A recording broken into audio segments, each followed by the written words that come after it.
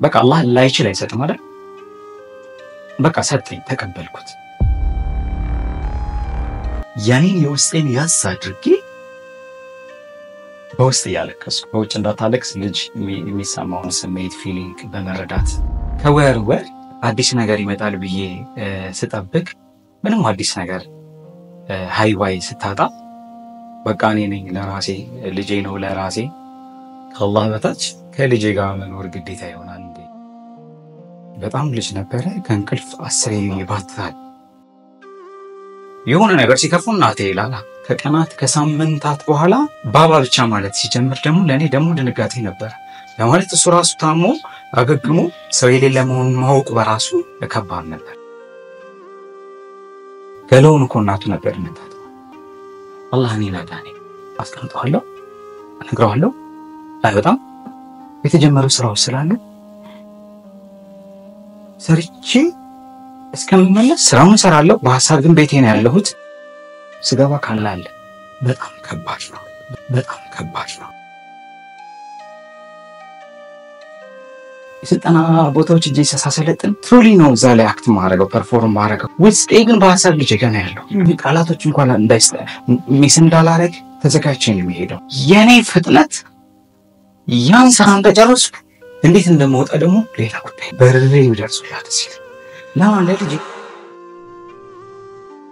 የታሪኩ መነሻ የሚጀምረው ከፍቅር ህይወት ነበር አይደለ? ኢሳም ወደ ኋላ እየተመለሰ ይመስለኛል። ዛሬ ሁሉም አልፎ እንዲህ ፈገግ ብለን ለማውጋትም በቅተናል አይደል? አልሐምዱሊላህ። ከዛ ነው የሚነሳው የፍቅር ህይወትህን ነበር አንድ ሚዲያ ላይ ወጣ ያቀርሃውና ወደ አባትነትህ ወደ በኋላ በደንብ እንመጣበታለን። ከዛ በፊት ግን ላይክ መነሻው ልጅህን ብቻህን እንድታሳድግ ሰበብ ምክንያት የሆነው ከባለቤት ጋር የተለያያችሁበት መንገድ ነው አይደለ? ከሷ ጋር ነው የተለያያችሁ ብቻህን መኖር ስትጀምር ነውና እስኪ የተለያያችሁ ሰሞን የነበረውን ሁኔታ ትንሽ ነገር አጫው። ከተለያየን በኋላ ወደ ኋላ ሳስታውስ የእውነት ከባድ ነበረ። ማለት ሪል ፍቅርም ውስጥ የነበረ ሰው እንዲህ አይነት ነገሮች መልካም ነገሮች እንጂ የሚያስበው አንዳንዴ የማይታሰቡ ነገሮች ቢኖሩም ቢጠበቁም በተለያየ ሂደት ግን አትጠብቅም። አብረህ እየኖርክ ወደፊት መልካም ነገሮች ይቀጥላሉ ብለህ ነው የምታስበውና አንኤክስፔክትድ ሲሆን ለእኔ ራሱ ማሳመን ከባድ ነበረ። በዛ ሂደት ውስጥ የነበረኝ ሞመንት ከባድ ነበረ። የእውነት ያለ መምሰል አይነት ነገር ስትሄድ ማለት ነው። እሷ የሆነ ነገር ተገንጥሎ ሲሄድ ተቆርጦ ሲሄድ የሆነ ስሜት ይሰማል። ሰውነት እንኳን በሆነ ነገር ላይ ጉዳት ሲደርስበት ያን ነገር ማስታከሙ የሆነ ነገር ላይ ከባድ አይነት ህይወት ያመጣልና በዛ ሂደት ውስጥ ማመን እስከሚያቅተኝ ድረስ ቶሎ እንትን ያለ ማለት ያለ ማለት ነገር። ምን አይነት ባል ነበርክ? እኔ በሂደት በጣም እኔ አላቅም እንግዲህ ገና ወጣትም ስለሆንኩኝ እንደዚህ ነኝ ተብሎ የሆነ የሚባል ነገር ላይሆን ይችላል። በነበርኩበት ሂደት ግን ሐቂቃ የእውነት ጥሩ ባል ሂደት ውስጥ ነበርኩ። እንዴ በጣም ተንከባካቢ ነኝ። የምር ሐሳብ እረዳለሁ። ምግብ እሰራለሁ። ጥሩ አባት የሚያደርገውን ሂደት ለማድረግ በጣም እጥራለሁ። እንግዲህ የዛ ሚዲያ ላይ እንደሰማነው ኢሳም አብሮ የነበረው ሰው የተሻለ ህይወት ፍለጋ ብቻ ካንተ ጋር ሲሄድ ስሜቱ እንዴት ያለ ነው? እንደው እንዴት ነው የሚገለጸው? አንዳንድ ሰው የሆነ ቦታ ላይ ሲደርስ ከእንደገና ማሰብ ይጀምራል። አንዳንድ ሰው ቀድሞ ወደፊት ማሰብ ይጀምራል። በቃ አላህ ላይችል አይሰጥም አይደል? በቃ ሰጠኝ ተቀበልኩት። ሌሎች ነገሮች ብዙም ትርፍ ስለሚሆኑ አንዳንዴ የማትችለውን ነገር እንደማይሰጥ ስለሚታመን በቃ ሰጠኝ እንደ አሳይመንት ተቀበልኩኝ። የቻልኩትን ያክል ሄድኩኝ አላቅም ሲደክመኝ ሼር ለማድረግ ፈለኩኝ። እስከምን ድረስ ታደሰህ ነው ደከመኝ ወደ ማለት የመጣው? ልጅ በማሳደግ ሂደት ውስጥ እናቶች ናቸው ትልቅ ሚና ያላቸው። አልሐምዱሊላህ ለእናቶች ማሻአላህ ጥሩ እንትን አለ ግምት አለ። ከ99% በላይ የሚሆነው እናቶች ላይ ነው ያለው አሳይመንት። ትዳር አብሮ ቢሆንም ባይሆንም ትልቅ አሳይመንት የሚሰጠው እናቶቻችን ላይ ነው። እናት ሁለታ የእናት ዋጋ ከፍተኛ ነገር ነው ያለው። ተጋጣሚ ደግሞ አባት ላይ ሲወድቅ እናትም ትሆናለህ።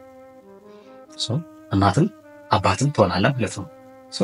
ያዝ ነው የምትባለው። ከያዝክ ነው። እንዴት ተቀበልኩት? አላህ በተለያዩ ነገሮች ይፈትናል።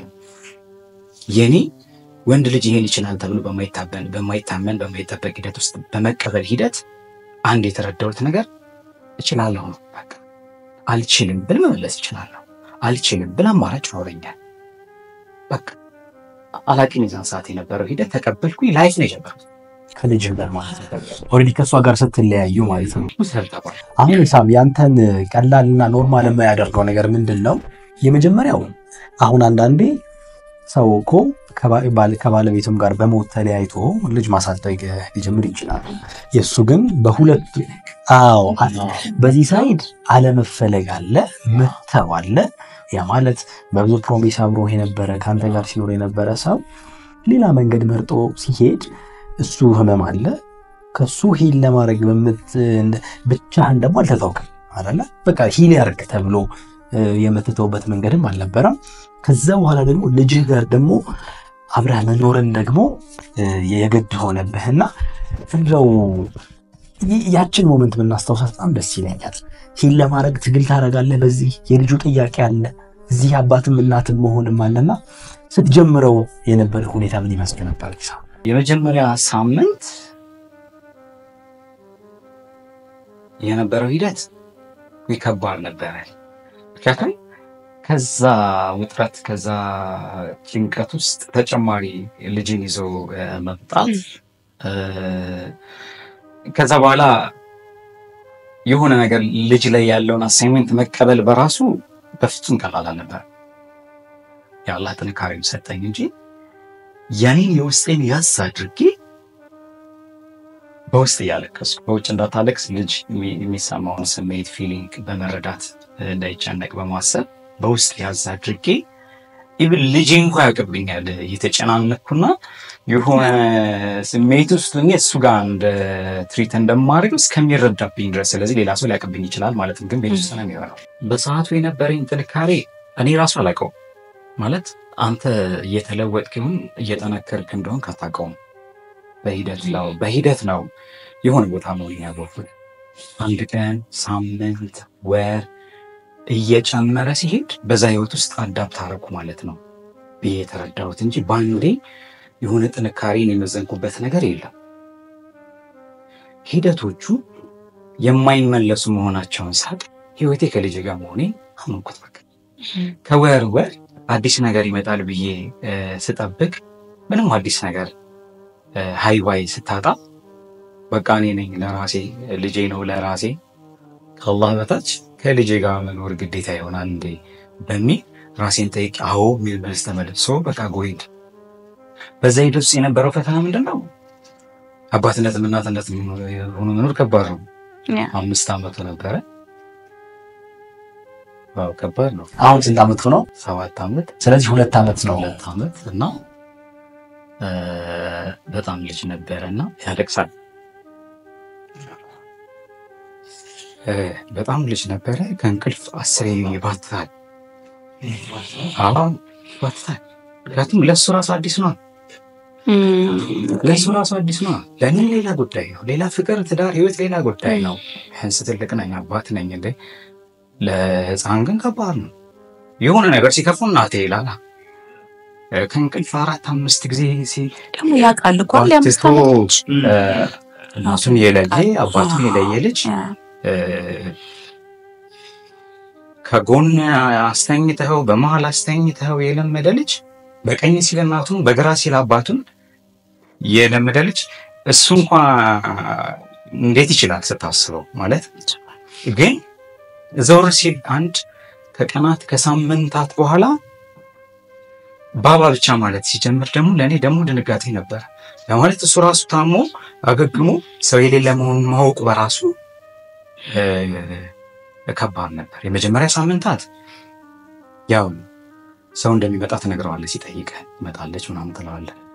ሁለተኛው ግን ሲል ባባ ማማ አንኮንሺየስሊ ነው የሚያወራው እኮ ወይ ደግሞ ኢሞሽናሊ በድንገት ነው ራሱ የሚመጣው። ከዛ አስተውሎ ኦኬ ባባ ሲለ አንተ ፊልም የምታረገው ጉዳይ ከዛ በኋላ ከእንቅልፍ ተነስቶ ቶሎ ላይ ተኛ ይችላል። የኔን ትቼው እሱን ትሪት በማድረግና እሱ የሚሰማውን ፊሊንግ ለማስተካከል ወደ ኖርማል ለማምጣት ሌላ በሽታ ሌላ አሳይመንት በዛ ሂደት ውስጥ ነው የኔን የተውኩት። የኔ ፍቅር የኔ ህይወት አብሮ ይኖራል የሚለውን ትቼ እሱ ጋር ያለው ነገር ማማሲ ነገር ምን ትላለህ? መልካም ነገር ነው የምትመልስለት። አትመጣም ሲል ትመጣለች ነው የምትለው። በጊዜ ሂደት ሰው ሳይነግረው ራሱ እንደማትመጣ ሲያቅስ እሱ ነው ውስጡን ሲጎዳ እሱን ስሜት ማየት ነው ለኔ ከባድ ነበር። ሰው እሱ ራሱን እያሳመነ በልጅነት እሱ ከልጅነት ስሜቱ ሲያለቅስ ሲያመው ልብስ መቀየር የሆነ ሲጸዳዳ ሲታጠብ ገለውን እኮ እናቱ ነበር የምታጠበው። ማንም እኮ አያጥበውም ነበር። ሰው ገለውን ሲታጠብ ሁሌ በየሳምንቱ አንዴ ሁለቴ ሲታጠብ እናቴን የምታጥበኝ ልጅ እሱን እኔ ልጠፍ ብሎ ማስተካከል በራሱ በአንኮንሽስ ማይንድ የለመደውን ነገር እሺ ቢልህም በሚቀጥለው ጠይ ይነግርሃል። እኔ እሱን እያየሁ አላህ እኔን አዳነኝ። ሀታ ብቻዬን ብሆን ልጄ እንደሚያስተካክለኝ ልጄን ሰበብ አድርጎ እንደሰጠኝ አይነት አስተካከላለሁ ብዬ እርግጠኛ አልሆንም። ግን አንዱ ለአንዱ አስተማሪ አንዱ ለአንዱ የሆነ ፈውስ በመሆን መንገድ ሰበብ ሆነ። አላህ ሰበብ አድርጓል ብዬ ነው አስበው። እንደ መጨረሻም እንደ መጀመሪያ ማማረጥ የተሰጠኝ ልጄን ይዤ ስራ ይሰራው እሱን ትሪት ያደረኩ ጊዜ እየሰጠው ከዛ ደግሞ ለኔ ጊዜ እየሰጠው በመኖር ሂደት ውስጥ አብሮ ማሳለፍ አልহামዱሊላህ አላህ ካልተጨመረበት በስተቀር እኔ ትልቅ ጉዳት ይደርሳል ብዬ አስብ ነበር። ግን የከፋ ነገር ማለት ገጠመን አልহামዱሊላህ። አባት ሆነ ከዛ ደግሞ ልጅ ብቻህን የምታሳድግ ሰው ሆነ በእነዚህ ሁሉ ሰርክሎች ውስጥ ስራ ሰራ ነበር አይደል? አሁን ልጅህን ስራ ቦታ ይዘህ መሄድ አትችልም። ምክንያቱም ስራ ቦታ አይደለ? ባውንደሪ ያለው ለስራ ነው የምትሄደው። ስራ ሰርተህ ነው የምትመለሰው። ልጅህን ይዘህ ብትሄድ ብዙ ስራ አካባቢ የሚስተጓጎልበት ነገር ይኖራል። ስራ ስትሄድ እንዴት ነው የምትሆነው? ምን አድርገህ ልጁንስ የጥለው ነው የምትሄደው? እንግዲህ አንዳንድ ሁኔታዎች በራሱ ጥያቄ ሆነና ምላሽ አለጥላል ማለት የስራ ሂደቶችን እሱን መሰረት አብዛኛውን ጊዜ የሱን አዋል አብሮኝ መሄድ የሚችልበት በቅርበት ልጁን ማስተካከል ማገዝ የሚችልበት የስራ ኤንቫይሮንመንት መፈለግና መምረጥ የግድ ሆነብኝ። አንድ ሁለተኛ ተጨማሪ ስራ ደግሞ መስራት አለብኝ። ተጨማሪ ስራ መስራቸው ስራዎች ኮምፕሊትሊ ከሱ የምለይባቸው ስራዎች ናቸው። የሰዓት አጀስትመንታቸው እኔ ላላቃቸውላ እችላለሁ። የትራንስፖርት አክሰስ ይኖራል። ሁለተኛና ሶስተኛ ስራ መስራቸው ለተጨማሪ ህይወት ማሻሻላቸው ስራዎች ሪሊ አስቀምጫው ነው የምሄደው። የትም ታስቀምጥ ቤት ነው ማስቀምጥ። ባዶ ቤት ሪሊ ባዶ ቤት ነው ማስቀምጠው። አስቀምጠዋለሁ እነግረዋለሁ። አይወጣም። 5 ዓመት ልጅ ምን ትለዋለህ? በቃ እንዳትወጣ ነው። ምን ትያለሽ እንዴ? ስለዚህ ቤት አስቀምጠዋለሁ። የተጀመሩ ስራዎች ስላሉ ሰርቼ እስከምመለስ ስራውን እሰራለሁ። በሐሳብ ግን ቤቴ ነው ያለሁት።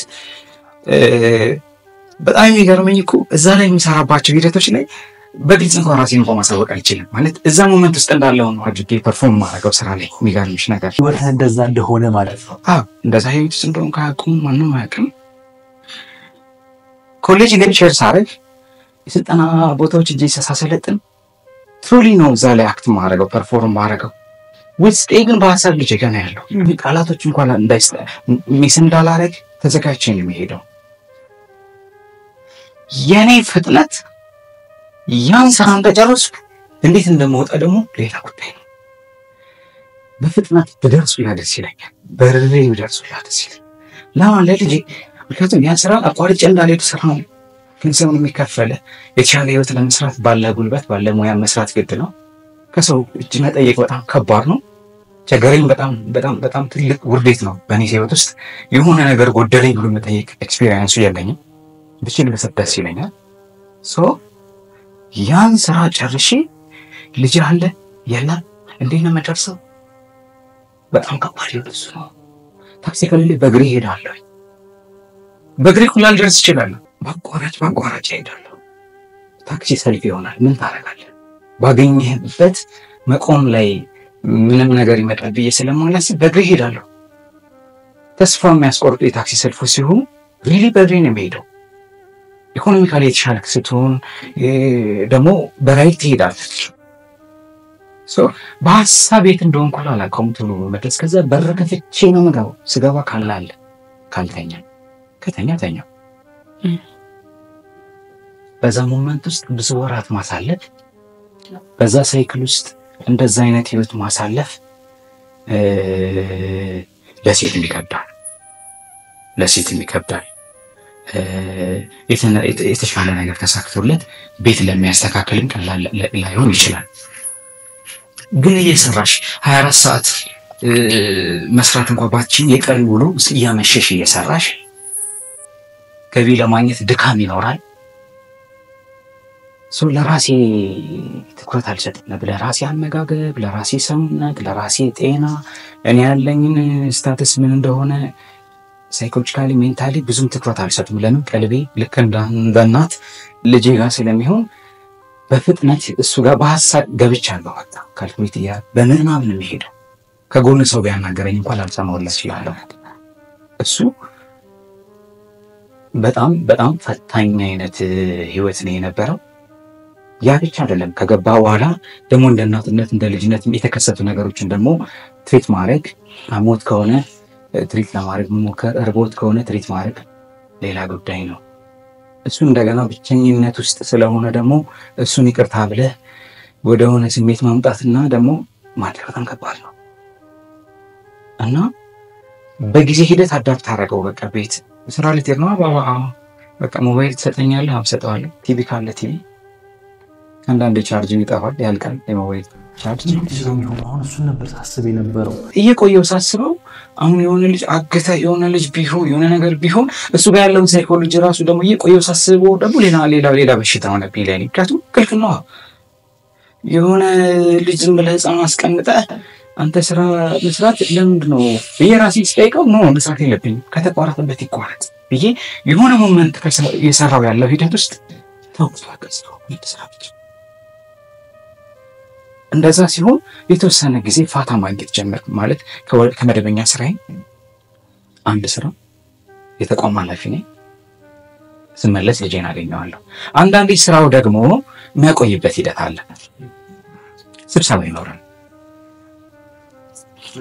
የማኔጅመንት ስራ ሰራተኛ ሰብስበህ የተለያዩ ኢቫሉዌት ታደርጋለህ፣ ትገመግማለህ፣ አቅጣጫ ታስቀምጣለህ፣ ኃላፊነት ትሰጣለህ፣ የተሰራውን ሂደት እንደገና ትገመግማለህ። ሪፖርት ስራዎች ይኖራሉ። አንዳንድ የኃላፊነት ስራዎች ደግሞ ያስመሻሉ። ምንድነው የሆነው? አንተ ስታመሽ የዛን ሰዓት ምንም ማድረግ አይቻልም። በቃ ይተኛል። ተኝተው ያኛል። ምክንያቱም አልቀሰውም አይቶታል። በረላይ ቆሞም የተጣራ አይቶታል። የመጨረሻ አማራጩ እሱ አላህ እንዲሰጠው ችሎታውን እንዲሰጠው አላህ ሰብሩ እንዲሰጠው በተቀበለበት ሂደት ውስጥ አሁን ተቀበለ። በቃ ስተኝተው ካገኘው ታስተካክል። ምግብ ከዛ በኋላ ላይ በላ ይችላል። ከእንቅልፍ በኋላ ህፃናት ናቸው፣ ተነስተው ላይ በሉ ይችላሉ። ሽንት ሳይሸና ሊተኛ ይችላል። ሌሊት ይሸና ይችላል። ህፃን ነው። የህፃን ባህሪ ምንም አይነት ነገር እንትን ላይ ይችላልና ሁለተኛ ደግሞ የራት ያበላተኛ ብዬ ደግሞ ሌላ ስሜት ይሰማኛል። በጊዜ ቢደርስ እኮ ራት ይበላልኝ ነበረ።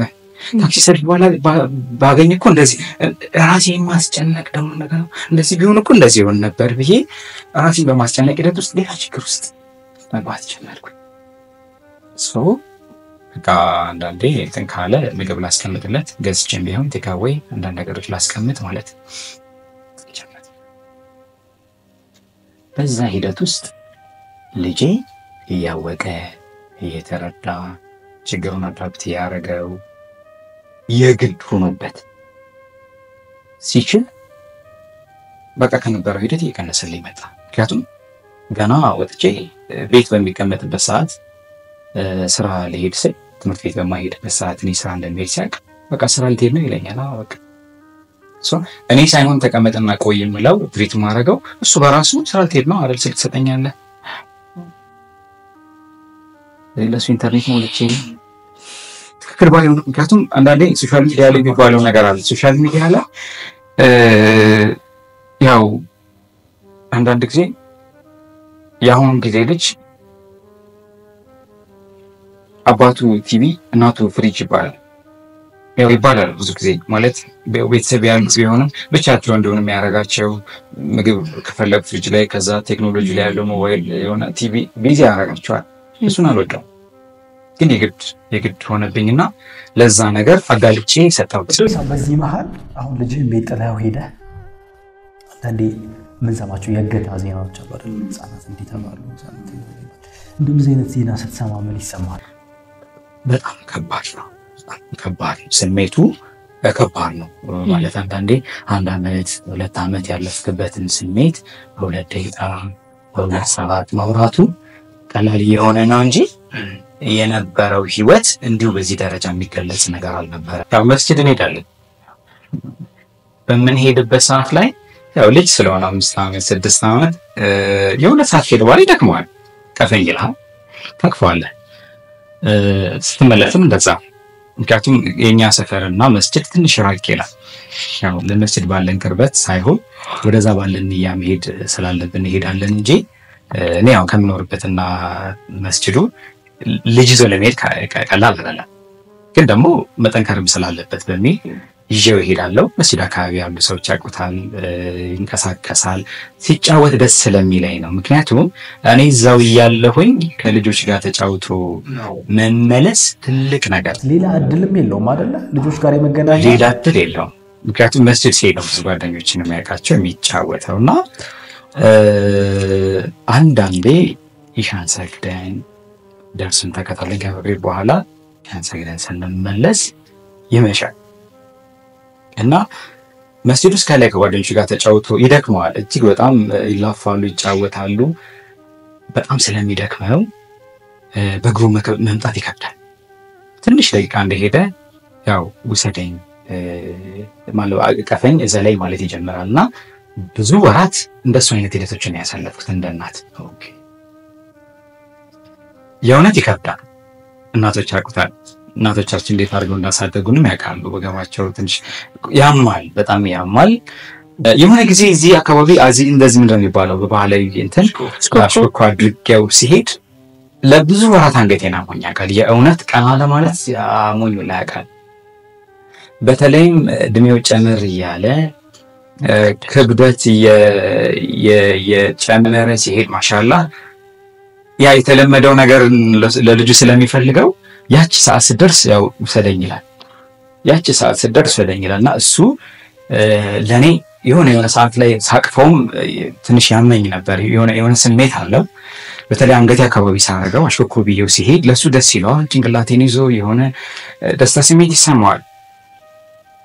ግን ላይ ትንሽ ከበድ ይለኝ ነበርና እየቆየ ሲሄድ እሱ ይፈልገዋል እንትን መሆኑን እንደዛ ብሎ መምጣቱን ይፈልገዋል። ግን ፊል ደግሞ ያረገ መጥ አመነክ ደከመክ ማለት ምስል ነገር መጣ። ደከመክ ምናምን አይነት ነገር ሲመስል እጅግ በጣም ከደከመን እዛ ቦታ ስንደርስ አወዳለሁ በሚል ያ የመረዳት ሂደቱን ስረዳው በጣም ደስ አለኝ። ከዛ በኋላ ማለት ጀመርኩኝ።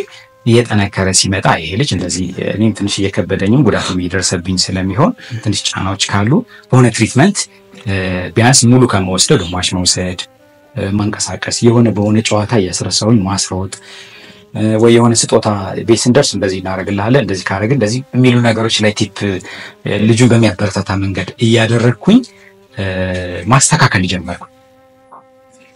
ስሜት እሱ ጋር በሆነበት ሰዓት ግን እሺ አይነት ነገር ደስ የሚለው ከሆነ እሺ አይነት ስሜት ስለሚሰማኝ ባደረኩበት ሰዓት ላይ እኔም ትንሽ የጤና ችግርም ደርሶኝ አንገቴ አካባቢ ትንሽ በጣም ያመኝ ነበር። ስንቀሳቀስ ያማል፣ በጣም ያማል። ሙሉ በሙሉ ቀና የማለት ሂደት ውስጥ የሆነ አለው ስሜት እናቶች በደንብ ያውቁታል ወይ እንደኔ አባቶች ወንድሞች ደግሞ ልጆቻቸውን ለተከታታይ ቀን እንደዛ ሲያረጉ ያለውን ስሜት ይረዱታል ብዬ አስባለሁ። እንደው ምናልባት ልጁ ከትምህርት ቤት ሲመጣ የሚቀበለውም ሰው አይኖርም አይደል? በዚህ አይነት የለም። ከትምህርት ቤት ሲመጣ ሰዓቱን ካልኩሌት ለማድረግ ሞክራለሁ። 11 ሰዓት የሚመለስ ከሆነ እንዳልኩ ነው ከሚመለስበት ሰዓት በፊት ለመድረስ በቃ ማንኛውም ነገር የምታገልበት ሰዓት እሱ ነው ላይ ነው ከባድ ሽንት ቢመጣ እንኳን የሆነ ቦታ ላይ ያችን ሰዓት ካልኩሌት አደርጋለሁ። የሚገርም ሪሊ የጤና ችግር ቢያመኝ እንኳን ይወጣል። ምክንያቱም እንዳይጎዳ ሲመጣ ሁሉም ሰው በየሰርቪስ ላይ ገብቶ ወላጅ ሲቀበለው አንተ ቢያንስ ብትቀበለው አይነት ሂደት ውስጥ ስሜት ስትኖር ትቸገራለህ። 10-20 ደቂቃ ስትዘገይም ያው በር ላይ ይቆማል። ምንም አይነት አማራጭ አይኖርም። አንዳንድ ጊዜ እኔ የምችለውን እሞክራለሁ። የምችለውን እየሞከርኩኝ ማልችለው ሲሆን ደግሞ እነግረዋለሁ። የቆየው የሄድኩት ምንድነው ካልደረስኩኝ ማለት ጀመርኩ መጠበቅ። ካልደረስኩኝ ግቢ እንኳን የሚከፍት ሰው ካለ ሙክረህ ውስጥ ግባ ማለት ጀመርኩኝና አንዳንድ ጊዜ ነገሮች አንተ እንዳልጠበቃቸው እንዳላሳታስባቸው ያው አንተ እንዳላሰብካቸው ይሆናል። እኔ ከስራ ወጥቼ በታክሲ ነው የምፈልገው። ሰርቪስ የለኝም። በታክሲ ነው። የታክሲ ሂደቱ ሲያስቸግር ነው በእግሬ የምሄደው። የታክሲ ሂደቱ ሲያስቸግር ነው የሚሸኘኝ ሰው የምፈልገው። ባይኖር ዝም ብዬ የምጠይቀው በቃ የተሻለ ገንዘብ ካለን በራይድ እመለሳለሁ። ያ እሱ ላይ ያለው ሳይኮሎጂካሊ እንዳይጎዳ ለመድረስ ነው። እንደዚህ ጋር ያለ ችግኝነት እንደ ወላጅ ያን ፊል እንዳያረግ ለማድረግ ነው። ጋፑን ለመሙላት ያን ያክል ምደክ ነው። ሁሉም ነገር አልፈ ዛሬ ከልጅ ጋር ምን ላይ ናችሁ? አልহামዱሊላህ በቃ ጥሩ ነው ያለበት። ምክንያቱም ከዛ ሞቲቭ ወጥቼ እኔ ራሴ በተለይ ራሴ ላይ ማውራት የምፈልገው እንደሱ አይነት ይሄ ሰው አሁን ያገኘው ሰው ከዛ እንትን በኋላ ማትሪት ለማድረግ የሆነ የሚሰማኝ ስሜት በራሱ በዛ ሰው ያለው ሂደት ደስ ብሎኛል። ምክንያቱም ሰው ጋር መቅረብ የሚችል አይነት እንትን የለኝም ነበር ሞቲቭ ሰው ሲያበረታታ የሆነ ሰው የአብሮነት ስሜት ሲሰማ ምናምን ከነበረው ስሜት መልካም ነገር ነው ያው የተሰማኝ ያለው። ምክንያቱም ሰው የለህም ብለህ ስታስብ ሰው ሲኖርህ አጋር የሚረዳህ የለም ብለህ ስታስብ ስታገኝ የነበረኝ ንቃት ሞራል ሳይኮሎጂ ምናምን በተወሰነ ደረጃ ላይ እየተመለሰ ምናምን መጥቶ አልহামዱሊላህ አሁን ጥሩ ሁኔታ ላይ ነው ያለው። ትምህርት ይማራል አይደል? አስተኛ ክፍል ደረሰ። ሁለተኛ ክፍል ነው። ማሻአላህ በአጋጣሚ ሆኖ እኔ በመልክ አይቻለሁኝና በጣም ቆንጆዬ ድንቡሽቡሽ ያለ አክቹአሊ ብቻውን ያሳደገው አይመስልም። እውነት ለመናገር በጣም በጥሩ ሁኔታ የተያዘ ለየወላጅ ሁለቱም በደንብ ተንከባክበው ያዙት ይመስል ልጅ ነው ያለውና አላህ ያሳድግልህ። ሰኪና ያለ ምክንያት አይደለም ዛሬ የተቀላቀል ይችላል ነው እጅግ ያመጣ እንግዲህ ስለ ልጅ ነው የተወራው። ሁላችንም ልጆች ነበርንና ደስ ይላል በእውነት ልትመሰገን ይገባል። ሰው ብዙ ስትረስ ውስጥ ሲገባ ኃላፊነቶችን ሊዘነጋ ይችላል። በቃ እስክትችል ድረስ ነው የምትችለውና ታግሰክ በሶብር ልጅህን እንኳንም አላህ አገዘህ ለማሳደግ አንተ የምትመሰገን ይገባል ባይ ነኝ። እዚህ ጋር ሌላ አንድ ያስተዋልኩት ነገር ምንድነው ወደ ጄከም ከመሄዳችን በፊት ለካ ሴቶች እናቶች የሚሞሉት ጋብ በቃ ያናጋል በጣም ነው ለካ አላህ ይጨምርላት። ምክንያቱም እኔ እነሱን ነው እናቴን ያስታወስኩት፣ ብዙ እናቶችን ያስታወስኩት፣ ብዙ እህቶችና ሴቶችን ያስታወስኩት። ምክንያቱም ትልቁ ጫና እነሱ ላይ ነው ያለው። በነገራችን ላይ ችግር ካላጋጠመ አንዳንድ ጊዜ እንደ ነገሮችን መለስ ብለን ላናይ እንችላለን፣ በተለይ ወንዶች። ምክንያቱም በራስ ላይ ስትፈተን እኔም እንደዚህ ተሰቃይታ እንደናታ ያሳደገችኝ ብዬ እንዳስብ እንዳመሰግን ድጋሚ በቃ እሷን በቃ እንዳስተውል ያደረገኝ ሂደት ነው ያለውና ትክክለኛ አሳሳሽ የሆነ ቦታ ላይ እንደ ኖርማል የምናየው ነገር ትንሽ ዞር ሲል ክብደቱን እናየዋለን ነው እዛውን እናቶች 3 4 5 ልጅ ብቻቸውን ያሳድጋሉ ምናምን ብዙ ጥያቄ ሊሆን የሚችለው ፋይናንሻሊ ነው። ሌላውን ነገር ማኔጅ ማድረግ በተወሰነ ደረጃ እናቶች ጋር ከኔቸራችንን ይመስለኛል ሴቶች ጋር ይጥላል ይመስለኛል እና እሱን ነገር ኖትስ አድርጌበታለሁ ለማለት ነውና ሌላው ነገር እንግዲህ እኔ ያው ቅድም ተዋውቀናል ኢሳም ሰኪና አባላለሁኝ እኔ ሰኪና just ምን ብሎኝ ነበረ እኔ ያለ ምክንያት በዚህ የመጣችው ዲኤምሲ ሪል ስቴት ከሚባል ካምፓኒ ነው የመጣሁት። ያው ያንተን ታሪክ ካየነው በኋላ ምንድን እናደርግ እንችላለን የሚለውን ነገር አስበን ነውና ቀጥታ አንተ ጉዳይ የሚያያዘው ከልጅህ ጋር ነው። ስለዚህ ከልጁ ጋር በተያያዘ ምን ማድረግ እንችላለን ብለን ስናስብ የተወሰነ ወራት ወይ የግማሽ ዓመት አካባቢ የትምህርት ቤት ክፍያ እኛ ከበር እንድናደርግ እሱን ዲሳይድ አድርገናል ማለት ወይም ደግሞ እሱን እንሸፍናለን።